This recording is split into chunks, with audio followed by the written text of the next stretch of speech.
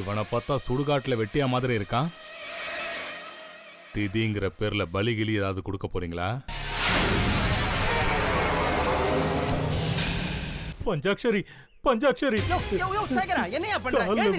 பஞ்சாக்ஷரி இல்லன்னு சொல்லிடாத, தயவு செஞ்சு கடன் கொடு. நீயும் ஒரு பொண்ணுதான். உன் கண்ணு முன்னாடி இந்த ஊர்ல இருக்கிற பொம்பளை பிள்ளைங்க எல்லாம் சாகுறாங்க.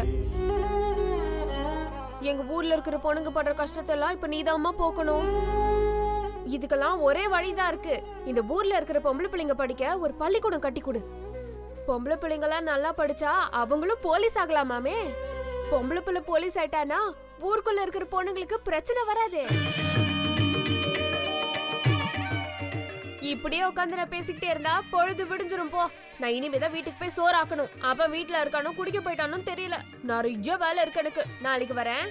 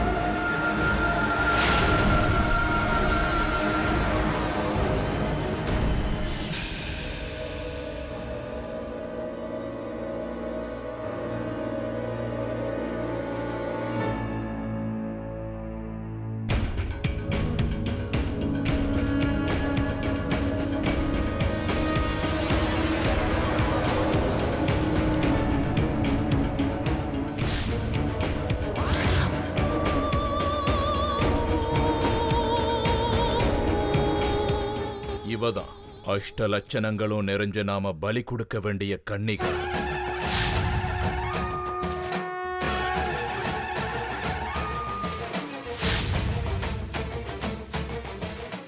உடம்புல ஒரு ஊனம் கூட இருக்கக்கூடாது.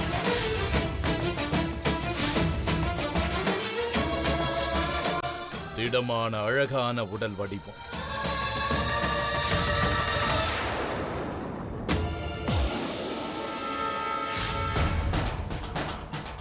தெளிவான கண்கள்,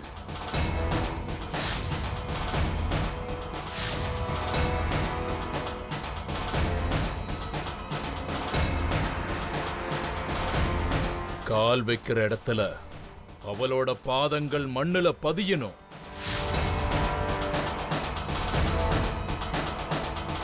கள்ளங்கபடம் இல்லாம இருக்கிற அழகான ஒரு பொண்ணு.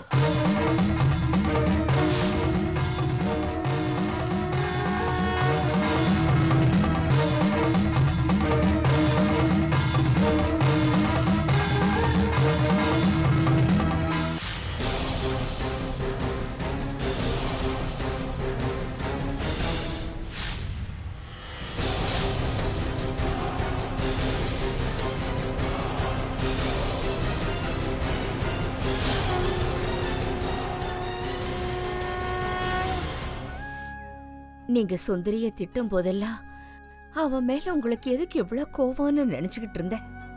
அவளை பார்த்தாலே ஏன் எதிரிய பாக்குற மாதிரி பாக்குறீங்கன்னு தோணுச்சு. என் மேல உனக்கு ரொம்ப கோபம் கூட வந்துச்சுல. திட்டி சொல்றவங்க புத்தி வரணுங்கிறதுக்காக தான் அப்படி சொல்லுவாங்க. போகட்டு விடுன்னு சொல்றவங்க அக்கறை இல்லாம பேசுறவங்க. நான் அவளை திட்டும் போதெல்லாம் கொஞ்சமாவது மனச மாத்திக்கிட்டு அந்த அம்மன் மேல பக்தியோட இருந்திருந்தா இன்னைக்கு அவளுக்கு இப்படி ஒரு நிலைமையே வந்திருக்காது. நாம எல்லாருமே இந்த அம்மனுகிட்ட இப்படி கேட்க வேண்டிய நிலைமையே வந்திருக்காதுல்ல. உண்மைதான். ஆரம்பத்துல இருந்து அவளுக்கு அம்மன் மேல பக்தியோ நம்பிக்கையோ வந்ததே இல்ல. இருந்தாலும் அந்த அம்மனுக்கு நம்ம மேல அவளுக்கு கொஞ்சம் கருணை இருந்திருக்கலாம். நம்ம வம்சத்துல தலைமுறை தலைமுறையா அந்த மகமாயை தானே நாம எல்லாருமே ஆராதிச்சுக்கிட்டு வந்துட்டு இருக்கோம். நாம சம்பாதிச்ச புண்ணியத்தெல்லாம் அவளுக்காக விட்டு கொடுக்க நாமெல்லாம் தயாரத்தானே இருக்கோம்.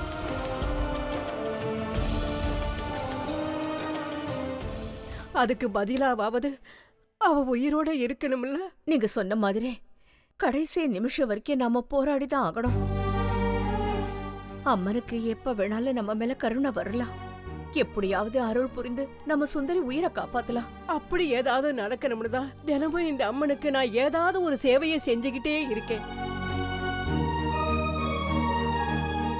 ஒரு நாள் முழு விரதம் இருக்கேன், இன்னொரு நாள் ஒரு பொழுது இருக்கேன், இன்னொரு நாள் பழ ஆகாரம் சாப்பிட்டுட்டு இருக்கேன். பார்க்கலாம், இதுல எல்லாம் இந்த அம்மனுக்கு திருப்தி ஏற்பட்டு என் பேத்தி சுந்தரியை காப்பாத்தி கொடுக்கறாளான்னு பார்க்கலாம். ஒருவேளை இது எதுவுமே அவளுக்கு திருப்தியை கொடுக்கலன்னா என் உயிரை எடுத்துக்கிட்டு அதுக்கு பதிலா சுந்தரியை காப்பாத்தட்டும்.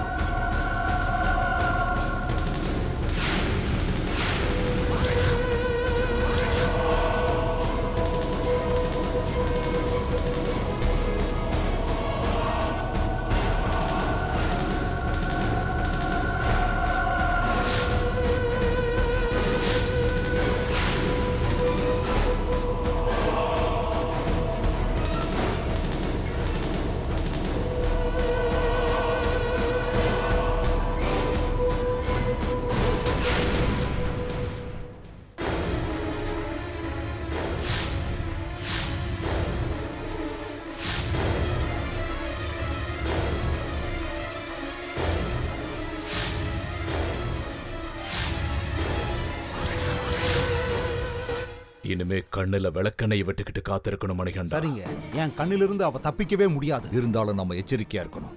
உன் கூட இந்த மாதவராவும் இருப்பான். நான் எப்ப இங்க இருக்கேன்னு சொன்னேன்? நீ இங்கதான் இருக்கணும் மாதவராவ். ஆமா, நீ இங்கதான் இருக்கணும். இல்லன்னா இல்ல நான் இங்கே இருக்கேங்க. இல்லன்னா என்ன நிறையாவோ நாயாவோ மாத்திட்டா எனக்கு தாங்க ரொம்ப கஷ்டம். இப்ப நான் மந்திரிச்சு போட்டிருக்கிற இந்த எலுமிச்சம்பழம் அவளுக்கு இனிமே பாதுகாப்பா இருக்க போகுது. இனிமே அந்த பொண்ணு எங்கெல்லாம் போறாளோ அங்கெல்லாம் இது அவளுக்கு கவசமா இருக்கும். இவளை யாரும் எதுவும் பண்ண முடியாது. நான் கொடுக்கிற விபூதிய நேரம் பார்த்து அவ மேல நீ போட்டினா அவ மயக்கமாயிடுவா. சக்கராபுரியிலிருந்து 3 மைல் தூரத்துல நான் சக்தி பூஜை பண்ற இடத்துக்கு இவளை கூட்டிட்டு வா. சொன்னது புரிஞ்சதில்ல? புரிஞ்சுதுங்க. நட விருப்பாக்ஷா, சக்தி பூஜைக்கு வேண்டிய ஏற்பாடுகளை நம்ம கவனிக்கலாம்.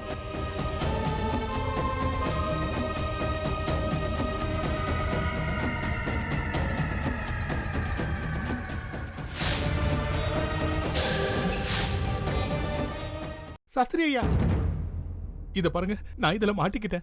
அங்க என் பொண்டாட்டி பிள்ளைங்க தவிச்சுக்கிட்டு இருப்பாங்க. என்னை விட்டு அவங்களுக்கு வேற யாரும் இல்லைங்க. இனிமே நீ உன் குடும்பத்தை பத்தி கவலைப்படாத. அவங்க எல்லாரையும் நான் பாத்துக்கிறேன். உன் கவனம் எல்லாமே இங்கேதான் இருக்கணும்.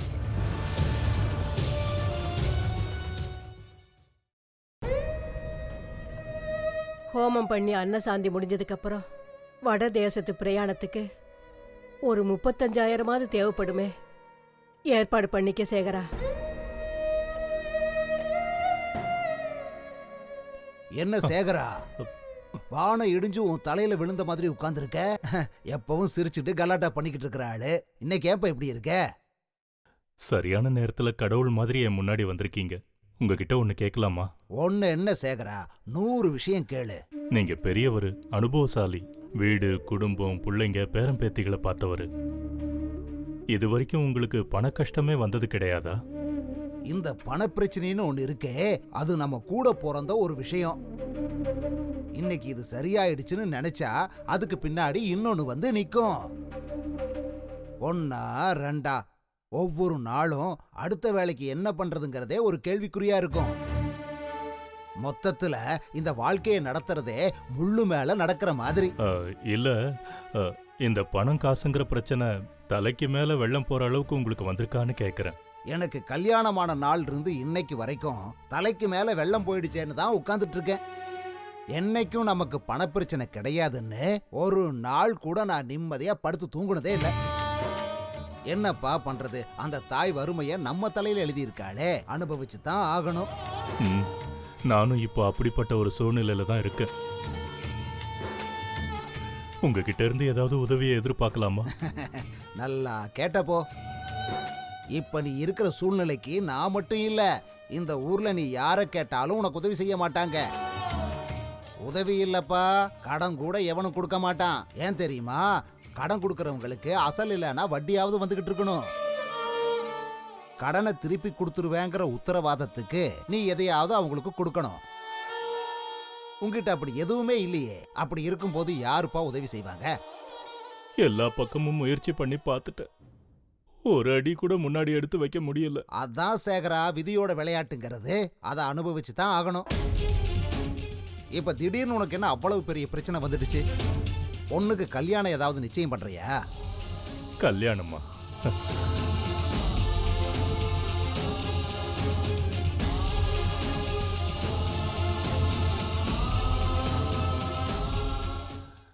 லலிதா, லலிதா, நீங்க ஊருக்கு போற விஷயம் என்ன ஆச்சுங்க? நமக்கு அந்த குடுப்பனை இல்ல போல இருக்கு லலிதா. எவ்வளவு முயற்சி பண்ணி பார்த்துட்டேன், ஒரு பைசா கூட கிடைக்கல. போட்டும் விடுங்க. இனி என் தம்பி தான் நமக்கு கதி போல இருக்கு. முதல்ல அத்தைய வந்து சாப்பிட சொல்லுங்க. நான் எவ்வளவு சொல்லியும் கேட்க மாட்டேங்கிறாங்க. ரொம்ப பிடிவாதமா இருந்து சுந்தரிக்காக விரதம் பூஜை எல்லாம் செஞ்சிட்டு இருக்காங்க. இந்த வயசுல இப்படி பண்ணா அவங்க உடம்பு தாங்குமா? அட கடவுளே, நீ எதுக்காக அம்மாவை இப்படி எல்லாம் செய்ய விடுற? நீ தட்டை எடுத்து வை, நான் போய் அம்மாவை கூட்டிட்டு வரேன். அம்மா, அம்மா எங்க இருக்காங்க? கிணத்தடியில தான் இருக்காங்க. வரேன் இரு.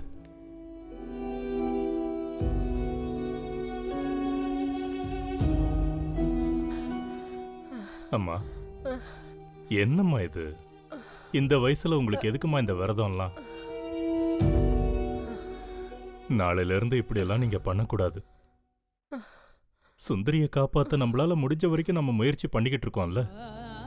சுந்தரிய பொழைக்க வைக்கணும்னு நீங்க எல்லாம் எவ்வளவு கஷ்டப்படுறீங்கன்னு எனக்கு தெரியும். ஏதோ என்னால முடிஞ்ச சேவையை நான் அந்த அம்மனுக்கு செய்யற, அவ்வளவுதான். என்னோடது ஒரு சின்ன அணில் சேவை.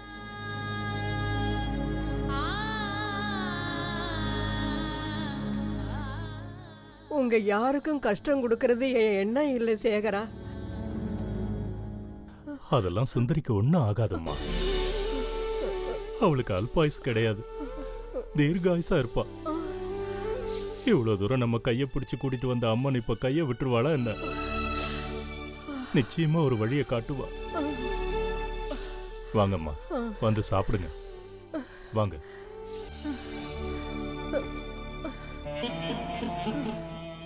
வாங்கம்மா, நீங்க எதுவும் சொல்லக்கூடாது. உட்காந்து சாப்பிடுங்க. உட்காருங்கம்மா. மெதுவா, பாத்து பாத்து பாத்து. எவ்வளவு சோர்ந்து போயிருக்கீங்க பாருங்க.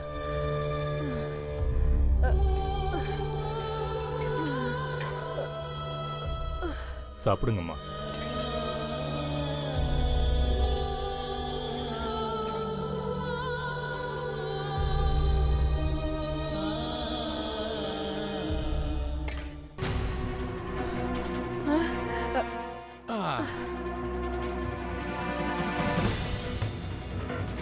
அண்ணே இன்னும் கொஞ்சம் சோறு போடுங்க. விடுங்க, நானே போட்டுக்கிறேன். ம்.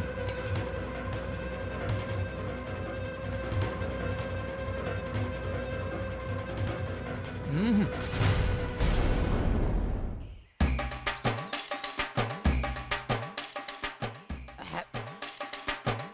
கண்ணி தொட்டி தேடி கண்ணு குட்டி நான்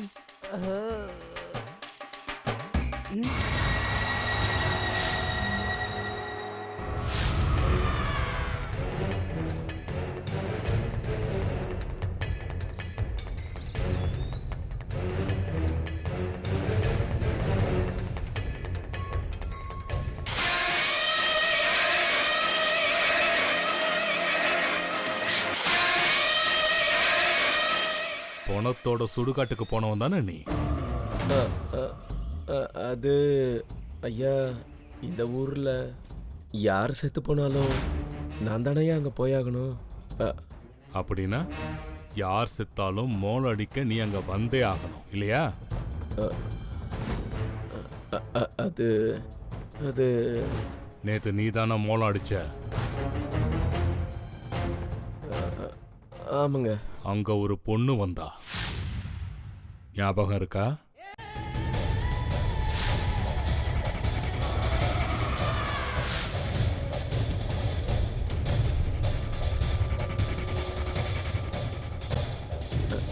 ஐயா, சுடுகாட்டுக்கு பணத்தை கொண்டு போகும்போது நிறைய பேர் கூட வந்தாங்க. யாருன்னு எனக்கு எப்படி? கேள்விக்கு பதில் சொல்லு. யார் அந்த பொண்ணு? இந்த ராட்சசன் கையால என் உயிர் போனாலும் சரி, நான் பெத்த பொண்ணை நான் இவனுக்கு காட்டி கொடுக்க மாட்டேன். ஒழுங்கா உண்மையை சொல்லிட்டா நல்லது, இல்லைன்னா உன்னை... ஐயா, என் மேல சத்தியமா சொல்றேங்க, இல்லைன்னா மாரியம்மன் மேல சத்தியமா சொல்றேங்க. நீங்க சொல்ற பொண்ணு யாருன்னு எனக்கு சத்தியமா தெரியாதுங்க. உனக்கு வேற மாதிரி மரியாதை பண்ணாதான் உண்மையை சொல்லுவேன். அப்படின்னா அரசாங்க அரண்மனையில கைய கட்டி லாடம் கட்டி 2 சாத்து சாத்தனாதான் உண்மையும் வாயில இருந்து வரும். வேணாங்க ஐயா, நான் ஒரு ஏழைங்க. சத்தியமா எனக்கு எதுவும் தெரியாதுங்க ஐயா. அப்ப நிச்சயமா உனக்கு விஷயம் தெரிஞ்சிருக்குன்னு அர்த்தம். நான் யாருன்னு உனக்கு தெரியல? தெரியுங்க ஐயா. அப்ப சொல்லு, யார் அந்த பொண்ணு? எனக்கு தெரியாதுங்க ஐயா.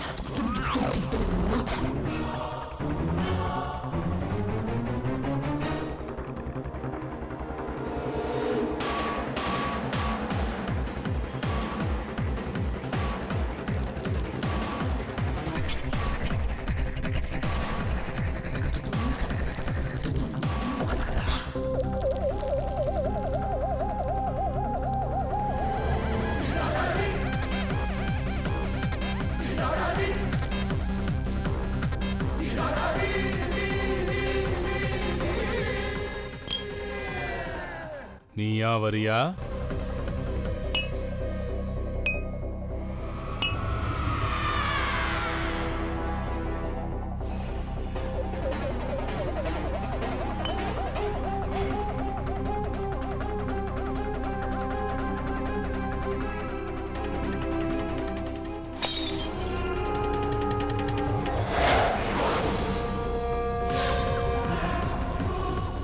வண்டி எடு.